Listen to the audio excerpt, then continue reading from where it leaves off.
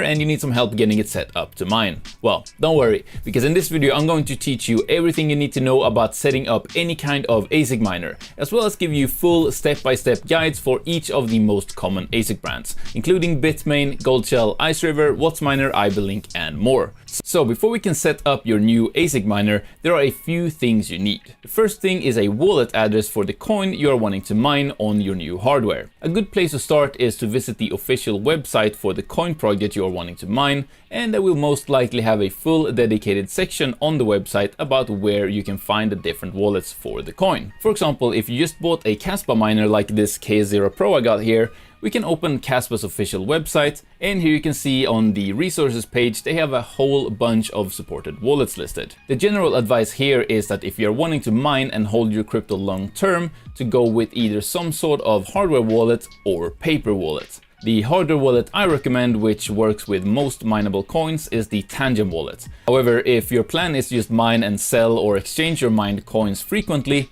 basically any type of wallet works well enough to just hold the coins for a few hours until you transfer them to the exchange. So now that we have our wallet address that we want our mined coins to be deposited into, the second thing we need is a mining pool. Now, okay, you don't technically need a mining pool, but setting up your own node for solo mining goes beyond the scope of this video. So for all intents and purposes here, we need a mining pool. And a mining pool is basically just a way to mine together with a bunch of other people in order to minimize the luck factor involved in mining and get paid fairly for your mining efforts. But to find a mining pool for the coin you are wanting to mine with your new ASIC, I recommend looking that coin up on a website like miningpoolstats.stream. So we'll open that website and let's stick with Kaspa as our example here. So let's search for that on the side here and click on it. And as you can see, we have a whole bunch of options here in terms of mining pools for this coin. Now, I won't be able to go into which pools are good or not and why in this video, but for this example we will go with Hero Miners because I personally like them. I've had nothing but great experiences with them, they've sponsored the channel before, and they've also done a lot of different giveaways for you guys. Now, one thing I do want to say here is that you probably want to go for one of the pools near the top of the list for whatever coin you are mining in order to make sure you are getting consistent payouts. However, maybe not one of the ones exactly at the top of the list, because by avoiding those, you are helping decentralization of the coin, which then supports the security of the network for the coin you are mining. So in other words, even based on that, Hero Miners is actually a great option for us here. And so, next step is to click on the link to their pool here, or any other pool you might choose for whatever coin you are mining, and it will take you to that pool's website. And once you're on the pool's website, there should be a section called something like Start Mining or How to Connect or anything along those lines. Some pools might require you to sign up for an account, but most pools don't. And once you've found that How to Start Mining section, here on Hero Miners you get there by clicking on Start at the top menu. There are two things we need. The first is the mining pool server address for the one that is physically closest to you. This is to get the fastest possible connection between your miner and the pool. You can see here that there are options all over the world with Hero Miners. The closest one to me personally is the Germany one, so I will copy and save that one. The second thing we need is the port number, and any good pool should have them listed out with clear instructions on what they are for, as you can see on the page here. As for this example, I'm setting up my KS0 Pro, so we can see that the port for me is 1207. We now have the three things we need to set up our new ASIC miner: our wallet address, our mining pool server address, and the mining pool port number. Next, let's quickly go through the general approach for setting up any ASIC miner, and then we will get into specific tutorials for each ASIC brand. The next step is to plug your new ASIC miner into power and internet. Once the miner is turned on and connected to your network, the next step is to find it on our network to access its web interface in order to input our wallet address and mining pool details. And don't worry, it's a lot simpler than it might sound. Basically, every new device you connect to your network gets assigned its own internal IP address. You can think of it as a web address directly to the device, which only works if you are connected to the same network as that device is. So our next step is to find this internal IP for the miner that we just connected to our network. And there are many different ways of doing this, and some ASIC manufacturers even provide their own tools to help you find the ASICs. However, a fail-safe way of doing it that I always recommend is to just get a basic, free network scanning app on your phone and use that. These types of apps are a dime a dozen, and I'm sure most, if not all of them, probably work absolutely fine. One of the ones I've been using before is called Fing. It's available on both iOS and Android, but I'd recommend you always do your own research before just blindly trusting and downloading any app like this. Now, basically, once you've found and installed a network scanning app that you're happy with, just make sure your phone or device is connected to the same network as your ASIC miner. And it doesn't matter if the phone is on Wi-Fi and the ASIC is on Ethernet, by the way. Then just click on the Scan Network button in your app. The process might be slightly different depending on what app you're using, but if you've done it correctly, it should give you a long list of IP numbers for all the devices connected on your network, as well as device names. Now you just have to go through this list until you find the IP for your ASIC miner. They will usually be named to make them easier to find, but if you're unlucky, they might just have some sort of generic name, and then you're basically going to have to use the process of elimination to figure out which IP address belongs to your new miner. Once you got that IP though, just open up a web browser on any device connected to the same network as your ASIC miner. For example, on the device you just used the network scanning app on, paste that IP address into the web browser's address field and hit enter. You should now be greeted by some sort of login screen. If not, try powering your miner off and back on again, or you might have copied the wrong IP from the list in your network scanning app, or your device is not on the same network as your miner is. Now you need to refer to the manual or online documentation for your specific miner to find out what the default login details that you need here are. However, in most cases here, both the username and password is just root. But as I said, you should be able to find the details for your specific miner super easy if it came with a manual or online with just a quick Google search. After you've logged in, you'll see the full web interface for your miner. It might be in Chinese though, so you might need to find a little button, usually at the top right, to switch from Chinese to English. And at that point, you'll probably notice that your ASIC miner is already up and mining, although not to your wallet address, but to the ASIC manufacturer's address. Pretty sneaky, but we'll just change that in a few seconds, so I guess it's alright. And to do that, we need to look for a page or section on the web interface, usually called something like miner setup or mining settings or miner configuration or something along those lines. In here there will usually be 3 fields. The first one for entering your mining pool's server address and port number. The way to enter that is just to type stratum plus TCP : / then the server address, then another colon, and then the port number. Now, it might be slightly different if you're connecting through a different protocol like SSL, but on the other hand, if you're doing that, you probably already know what you are doing, so you wouldn't need to watch a video like this to begin with. In the next field is where you will enter your wallet address, or for cases where the pool requires you to sign up, you might instead need to enter your username here. In most cases, you can just paste your wallet address in here though, and if you want, you can then add a period and enter a name for the specific miner you are setting up. This name will then show up on the mining pool and help you separate your different miners if you have multiple, but in most cases it isn't required. Finally, the last field is if your pool requires you to have a password, which it most likely doesn't unless it's one of those pools that require you to sign up for an account. In that case, just enter the password here, but otherwise you can probably just leave the field empty or put a lowercase x. After that, just hit whatever save button there might be. Sometimes it's called just save, sometimes it's save and apply, sometimes it's just apply, sometimes it's save and restart the miner. I'm sure you can figure it out. After this, you can go back to the pool website and there should be a field for you to enter your wallet address in order to track your ASIC miner's progress on the pool to see its hash rate and its mining earnings. However, just keep in mind that sometimes it can take up to an hour for the miner to actually show up on your pool dashboard after you first connect it. Although with that in mind, if it's taking longer than that or it's just not showing up at all on your pool dashboard, you might need to restart your ASIC before these new mining settings take effect. And most ASICs will have a clearly labeled restart miner button in their web interface. And while you're looking for that, it could also be a good time to check that your new pool and wallet settings properly saved, as well as if your ASIC has some sort of connection error from an eventual typo in the server address or anything along those lines, which might be what's causing it to not properly connect to the pool.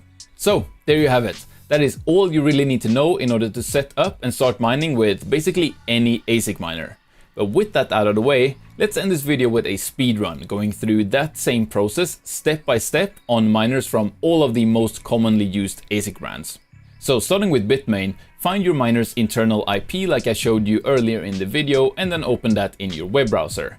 Login here is just root and root. Then you might need to change the language to English at the top right. Then on the left side, click on settings, then fill in the mining pool server address and port in the field like this. Enter your wallet address or pool username in the second field, probably just the wallet address unless you specifically know your pool uses usernames, and then follow that with a period and then the name you want your miner to show up as in the pool dashboard. And in the third field, enter the pool password if there is one, but there probably isn't, and in that case you can just leave it blank or enter a lowercase x. You can then enter 2 backup pools below this, which the miner will connect to if it fails to connect to the first one for some reason. Then just hit save, wait for it to save, and then you might also want to click on restart miner at the bottom as well, just for good measure. Next up is Goldshell, which makes finding your miner's web interface even easier. Just open find.goldshell.com in your browser and you should see a list of all the Goldshell miners on your network. You might need to change the language to English at the top right though. After that, just click on the little cogwheel icon for the miner you're wanting to set up. You might then need to change the language to English at the top right again, and then click on unlock. The username here is admin and the password is just numbers 1, 2, 3, 4, 5, 6, 7, 8, 9. After that, click on pool settings in the middle or miner to the left. They both bring you to the same page. You then want to start by removing the pre-applied settings by clicking the remove button and then OK. Then click on add and enter the pool address and port number like this. Then in miner name, enter your wallet address or pool username in the second field. Probably just the wallet address unless you specifically know that your pool uses usernames. And then follow that with a period and then the name you want your miner to show up as on the pool dashboard. And in the third field, enter the pool password if there is one, but there probably isn't, and in that case you can just leave it blank or enter a lowercase x. Hit apply and that is it. If you want, you can then click the add button again to add backup pools, which the miner will connect to if it for some reason fails to connect to the first pool. Next, let's move on to Ice River. First, find your miner's internal IP like I showed you earlier in the video, and then open it in your web browser. The login here is admin and the password is numbers 1, 2, 3, 4, 5, 6, 7, 8. Then you might need to change the language to English top right. Then on the left side, click on mining settings. Then fill in the mining pool server address and port in the first field like this. Enter your wallet address or pool username in the second field. Probably just the wallet address unless you specifically know your pool uses usernames. And then follow that with a period and the name you want your miner to show up as in the pool dashboard.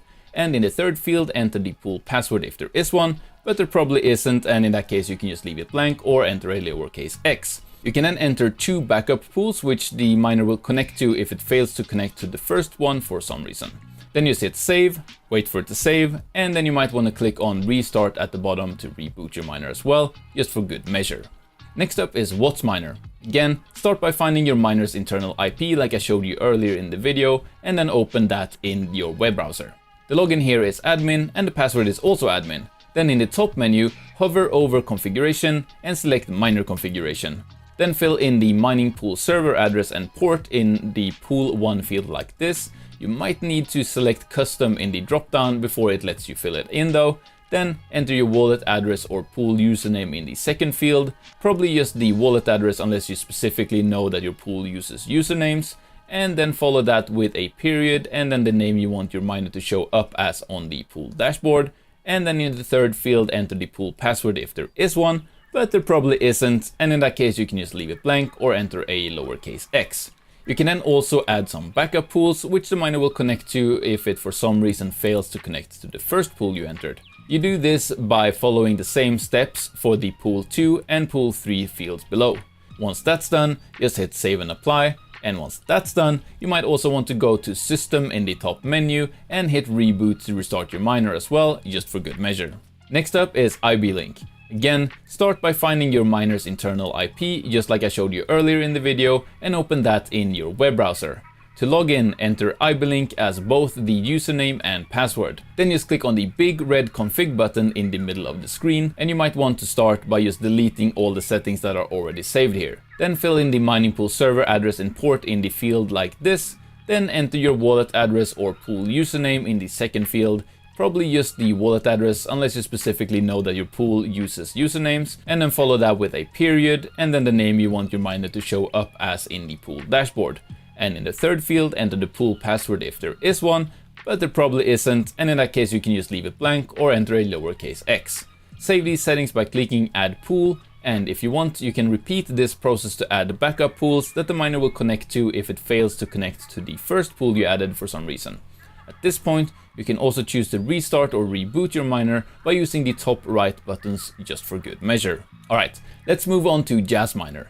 Start by finding your miner's internal IP like I showed you earlier in the video, and then open that in your web browser. The login here is just root and root. Then in the top menu, click on settings and then miner. Then fill in the mining pool server address and port in the first field like this. Enter your wallet address or pool username in the second field, probably just the wallet address unless you specifically know that your pool uses usernames, and then follow that with a period and then the name you want your miner to show up as in the pool dashboard. And in the third field, enter the pool password if there is one, but there probably isn't, and in that case you can just leave it blank or enter a lowercase x. You can also fill in the sections below to add backup pools that the miner will connect to if it for some reason fails to connect to the first pool. Then just click on submit and wait for your new settings to save. At that point, you might also want to click on System in the top menu and hit Reboot, just for good measure. Finally, let's wrap up with iPolo. Again, start by finding your miner's internal IP like I showed you earlier in the video, and open that in your web browser. The login here is just root and root, then on the left click on Miner Configuration, and in the pool configuration field, fill in the mining pool server address and port number in the first field like this. Enter your wallet address or pool username in the second field, probably just the wallet address unless you specifically know that your pool uses usernames, and then follow that with a period and then the name you want your miners to show up as in the pool dashboard. And in the third field, enter the pool password if there is one, but there probably isn't, and in that case just leave it blank or enter a lowercase x. You can also fill in these sections below to add backup pools that the miner will connect to if it for some reason fails to connect to the first pool you added. After that, just click save and apply, and once the miner have done that, you might also want to click on the restart button to reboot your miner just for good measure.